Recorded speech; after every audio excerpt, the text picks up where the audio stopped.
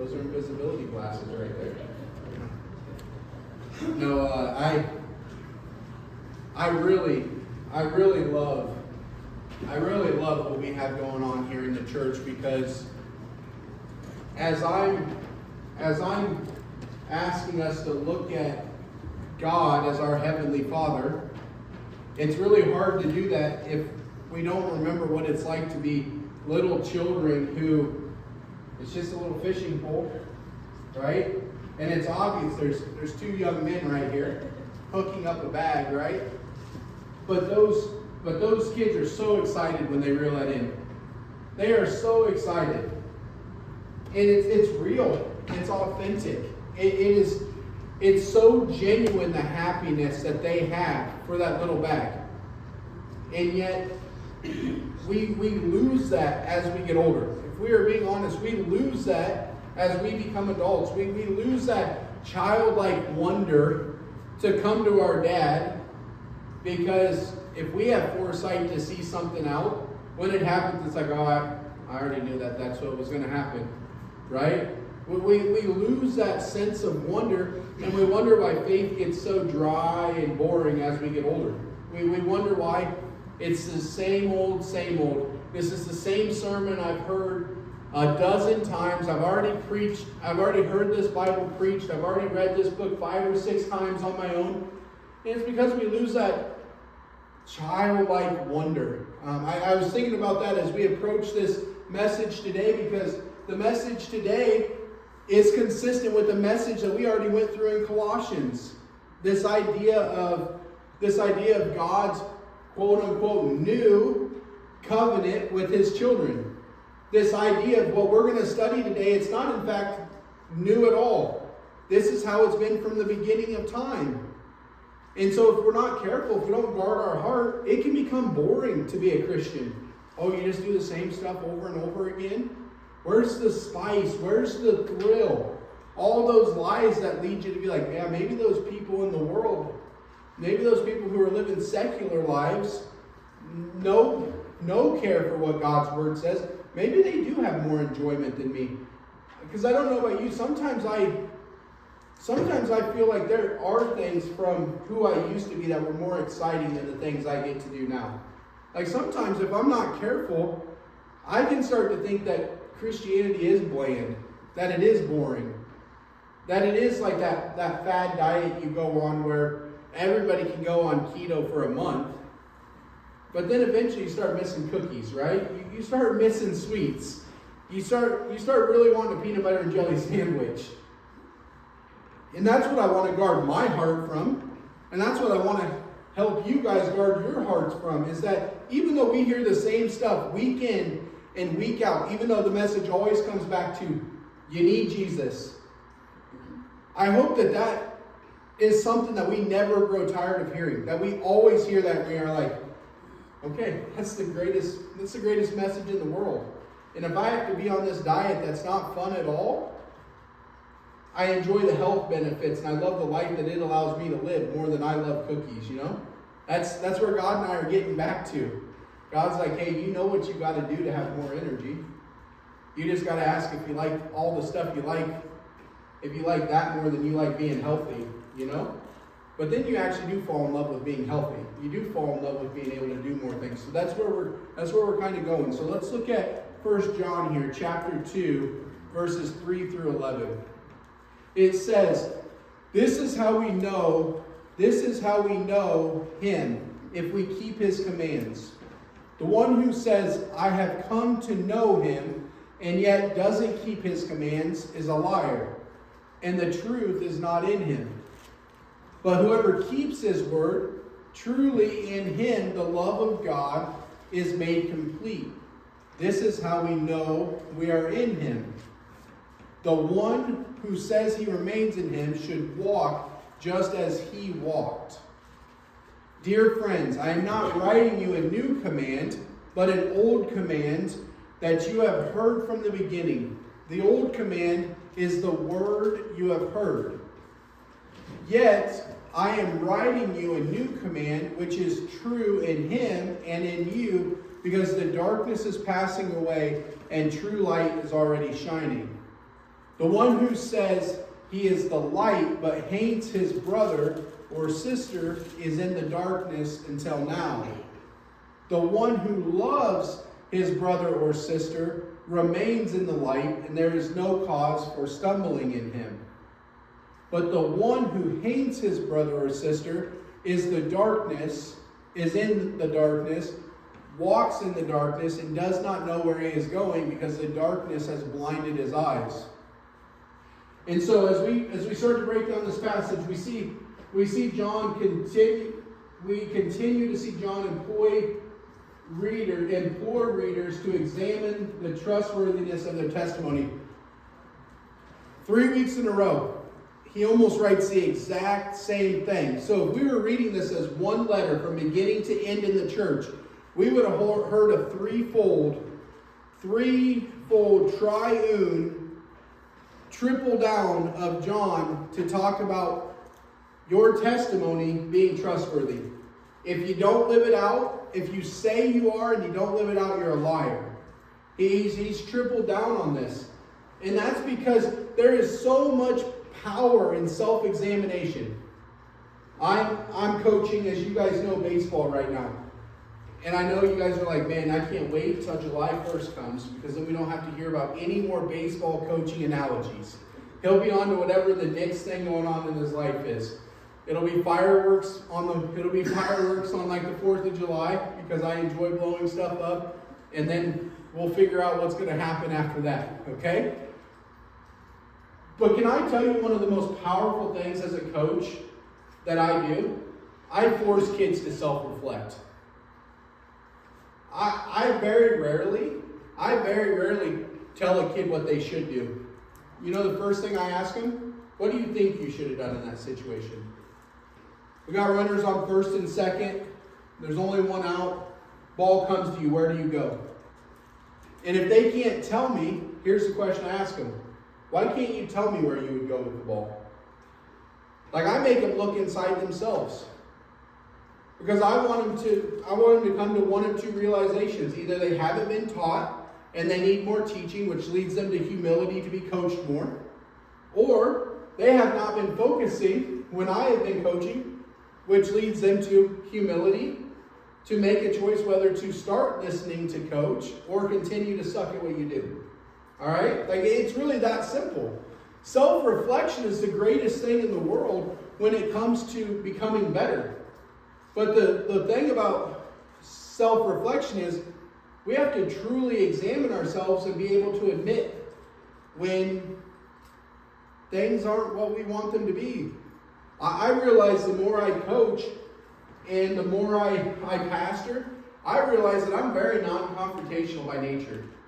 Like, I like to build this image of myself that I'm a tough guy, I'm willing to take on hard things, and that I'm willing to do anything it takes for God.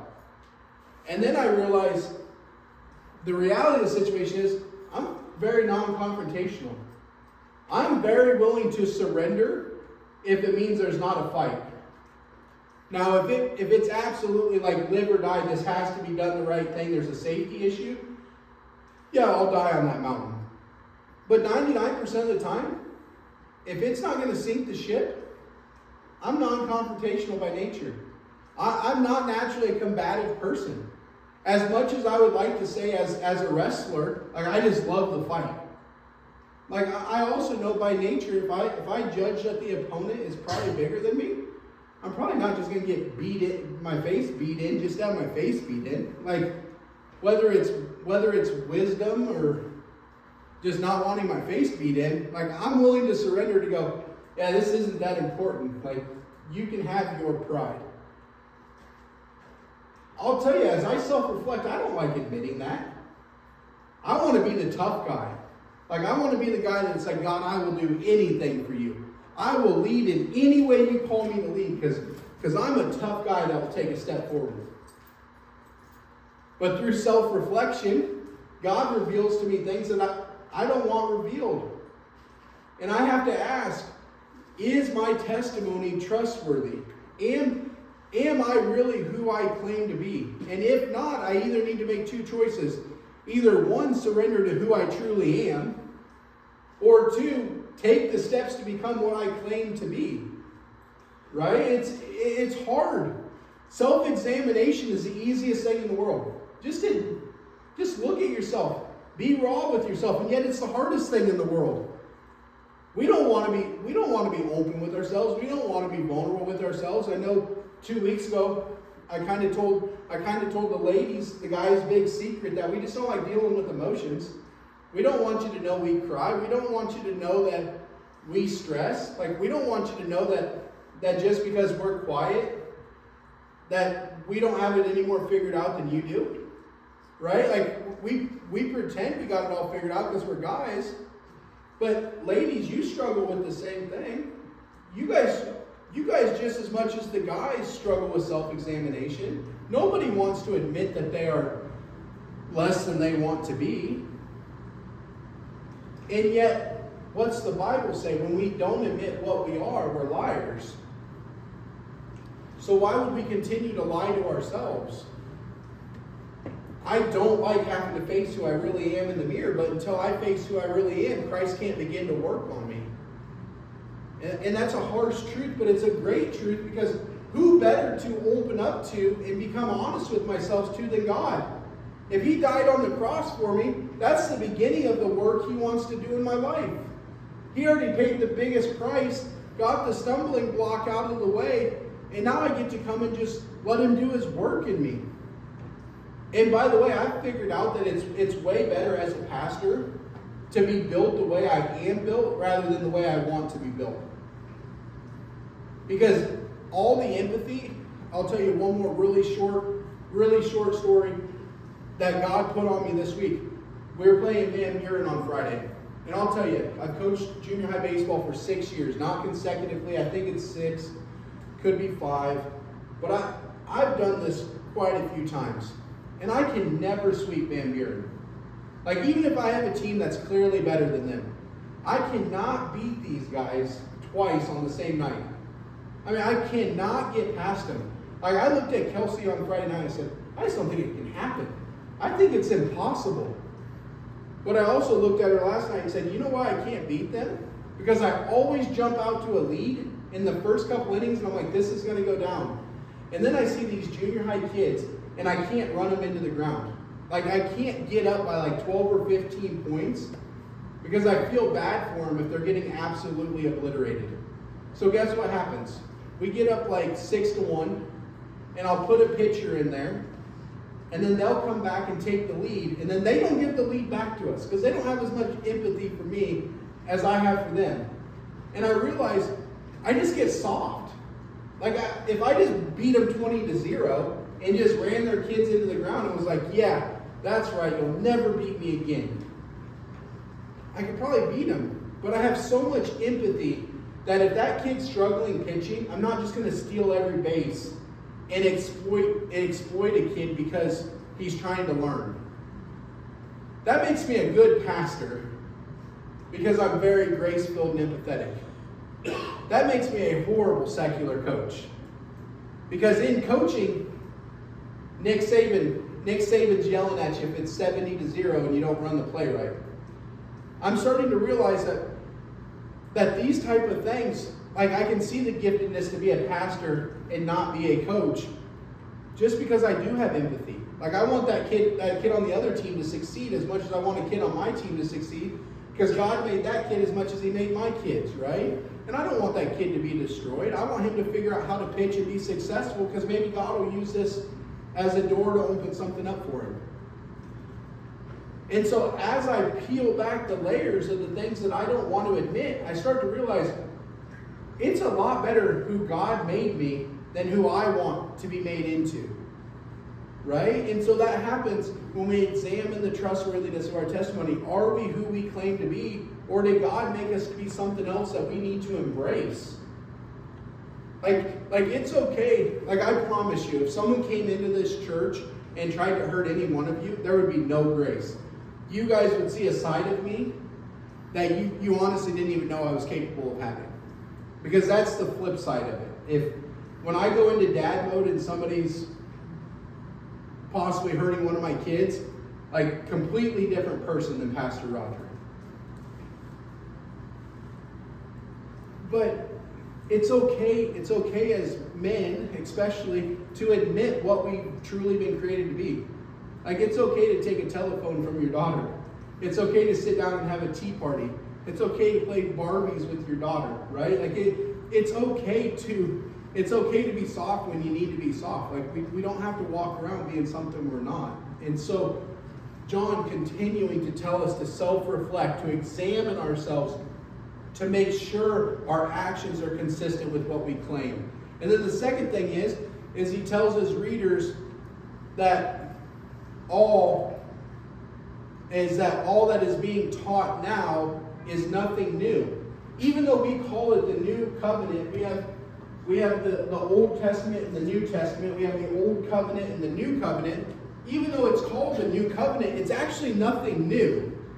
Jesus didn't come and change anything. Jesus' words, in fact, are, I did not come to abolish the Old Covenant, but I came so that it may be fulfilled. All that Jesus did was live the life that Adam and Eve were supposed to live in the garden, and therefore he became a sacrifice worthy of being sacrificed for everybody else. Like, we call it the New Covenant, but it's always been the same. God is incredibly consistent. There is nothing he's asking us that he was not asking Adam and Eve in the garden. It is nothing new. And so when John says, "Oh, I'm giving you this new covenant," the only reason it's a new covenant is because there's a new pathway through Jesus that's being established. Before Jesus, it's all about our righteousness, and then the sacrifices are temporary sacrifices that have to continue to be done until you die. So what he's saying here is, you just don't have to sacrifice anything anymore. Because it used to be this would not happen in a house of worship like this, but you would have to come to the altar and sacrifice. Each time you sinned, you'd have to come and give your sacrifice, and then you would go into your life and you would sin, and guess what you'd have to do? You'd have to come sacrifice again and again. And he says, no, the quote-unquote new way of doing it is to understand Jesus atoned for you, past, present, and future. Like, that is your sacrifice. Which also frees you. It also frees you from having to live for your own glory. It also frees you from having to worry if you go before a judge, if you make the cut. Which is a great thing, because I don't know about anybody else in here, but anytime you see a court date on a sheet of paper, there's a ton of anxiety, because one, you don't know if you're going to get an impartial judge. Two, you don't know if the other side is going to be honest. Three, you don't know, even if they're being honest, how far they're willing to go back and how deep they're willing to dig. Fourth, you don't know if the judge just isn't going to hear you in general and have their mind made up before the thing even happens. Right? Like, going before an earthly judge is an incredibly stressful thing. It's incredibly stressful by nature. And so with Jesus, it takes away all the stress and burden. I really don't have to worry what he's going to say, because he already told me on the cross what he's going to say. He said, if you believe in me, if you live for me, it's not guilty. And it's not guilty because you guys are good enough or I'm good enough. It's not guilty because he said he loves me more than he hates my sin. That's freedom. That's liberation. And that's why when we approach working for God, because I always struggle with these books. Like, I've never preached 1 John before, because it can so easily be preached as legalism. If you don't do the right thing, you go to hell. Like, it can so easily sound like that. But in fact, the reason we live for God is because of all that he's done for us. Like, we realize how good he is, and it's like, man, you're so good for me. How could I choose to live for anybody but you? It's not a response for righteousness. It's a response for honor and glory. Right? It's a response that, because you're such a good and loving Father, I want to make you proud. I want to give my life for you. I want to be obedient to you, because why wouldn't I? Like, I could go live this way and I could continue to do this, but I know what that gets me. And it gets me nowhere close to what I get when I look at what you've given me. I will tell you, I did one of the things that I told myself I was always going to do but never had the courage to do on Friday. There was a clear foul ball. Van Buren hit a clear foul ball, and the umpire said it hit off my catcher's mask and that it was strike 3. And the coach from Van Buren, great guy, love him to death, is like, whoa, Blue, like, did you not hear the bat? Like, it made a ting, right? And the ump who, we're not going to talk about the ump, okay? Mainly because I can't talk about people I dislike in this sermon and keep preaching on love, okay? Like, I'm working on my heart. I was set up for failure. Not on purpose. But it worked. It got me into a rough place. But I had the courage to go, Blue, it's a foul ball. It was nowhere near my catcher's helmet. And as much as it cost me the game, we end up tying 9-9. That was the third out. We win the game. I get my first of what would hopefully become 2 wins against Van Buren. Turns out I got 0 wins against Van Buren in a tie. I had to do the right thing. It's a foul ball, Blue. I can't let that kid strike out on a foul ball. Like, my integrity would have made me feel like a cheater. And so I'm like, it's a foul ball. And my assistant coach was like, I can't believe in this tight of a ball game you would give that kid another chance. And I'm like, I had to do it. God has been convicting me all week of doing some things the right way. I met with Coach Setterstrom, the big, tall ex-NFL player that came here on Friday. And you know what we were talking about 5 hours before the game? Wishing we had the courage to step out on faith and do the right thing in situations like that, and how much that would speak to how much we want to be godly rather than worldly. And of course, what's God do?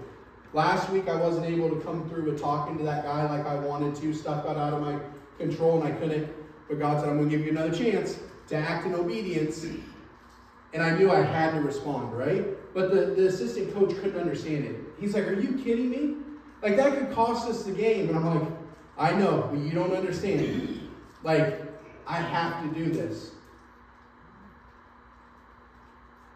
But that's what happens when we let God take control of our lives, is it doesn't make sense to anybody else. Right? It doesn't make sense because I have to start honoring God. Even if I never win a baseball game again as a coach. Even if I never win a board game, or even if for the rest of my life I'm looked down upon. And everyone's like, oh, you're too soft. You're too soft. Even if that's what they claim about me, I have to do the right thing before God. Not because he's going to send me to hell, but because he's not going to send me to hell. Right? Like, I have to do it because I deserve to go to hell, and God knows the day I'm going to expire, and he's waiting for me to get to heaven. Like, he's already sitting there in his rocking chair on the porch waiting for Roger to come home. Right? And he knows the exact day I'm going to walk down the path to him. And I have to do what's right, even if the world makes fun of me, because I should be on the other way. Like, I should be listening to AC/DC, right? On the highway to hell, right? Like, it's not on the pastor's mixtape every time, right? Just when you're dragging baseball fields and it's 95 degrees out and that's what it feels like. But I should be going down this path with my AC/DC 8-track in, feeling the furnace heating up in my life, and instead God's like, nope, get out of jail free card. Get out of jail free card. Get out of jail free card. Now, will you just love me enough in return to call it a foul ball? Which I will say, little rabbit here, I'll chase him a little bit and I'll let him run off. I don't know how a baseball bat and a catcher's helmet sound anywhere close to similar. There's a ting of an aluminum bat, and there's a thud of something hitting plastic. So for the life of me, I cannot understand how this was a mistake. I mean, everybody heard the ting. I mean, ting. It's a high-pitched noise compared to a low-pitched thud, but I digress. This other point here is that John wants his readers to know that what is new is that the light has come into the world and light exposes darkness, just like we're talking about. Jesus has came into the world. Light has come back into the world. Before Jesus, it's all darkness. Everybody's trying to guess what light looks like. Could you imagine not knowing what a campfire in fall looks like? Like, it just gets dark. Could you imagine being the first people who realized, like, fire made a light and you could sit around it and there's warmth there? Like, that's probably, we talk about things like cell phones and sliced bread and, like, cool inventions like that. Could you imagine fire being the first invention? Like, you definitely got clout if you were the guy that invented fire, right? If you were the first one to discover fire, you were the man. The boys know, right? Because any teenage kid that can whip up a fire from scratch, you're the man, right? If you, especially if you can build a campfire without needing lighter fluid or gasoline, you are the man, right? You just go to the top. But until Jesus comes, we have no idea what light is. We're trying to read the Word. We're trying to do what God says. But there's no idea. There's no good role models to follow. Until Jesus comes into the world, it would be like my kids having to follow me and figure out what it means to do right and wrong. I mean, they see plenty of wrong in Dad. They see plenty of frustration in Dad. They see plenty of lack of patience in Dad. They see plenty of poor characteristics in Dad. Until Jesus comes, we don't see true patience. We don't see true love. We don't see someone who's willing to cure a woman at the well. Could you imagine? I think arguing about a foul ball, I think that made me a good person in that moment. Could you imagine going to a woman at a well who's been divorced 5 times, who's been shunned by everybody, including her own people? I mean, that's why she had to go to the well during the middle of the day, not in the morning when everybody else would go. She's been shunned by everybody. Could you imagine Jesus, in light of my foul ball story, Jesus seeing that woman caught in adultery, the ultimate gotcha moment that the Pharisees think they have on Jesus, and then he gives her grace? Could you imagine how much opposition he faced because he started to stand up for all the people that were supposed to be looked down upon? Like, he started to strip the Pharisees and Sadducees of power, and he started to say, nope, these people over here who love me and do as I say, these are who I love. And he never even looks over at these guys, and they start to get really, really mad at him. Right? That's true light. True light in the world, right?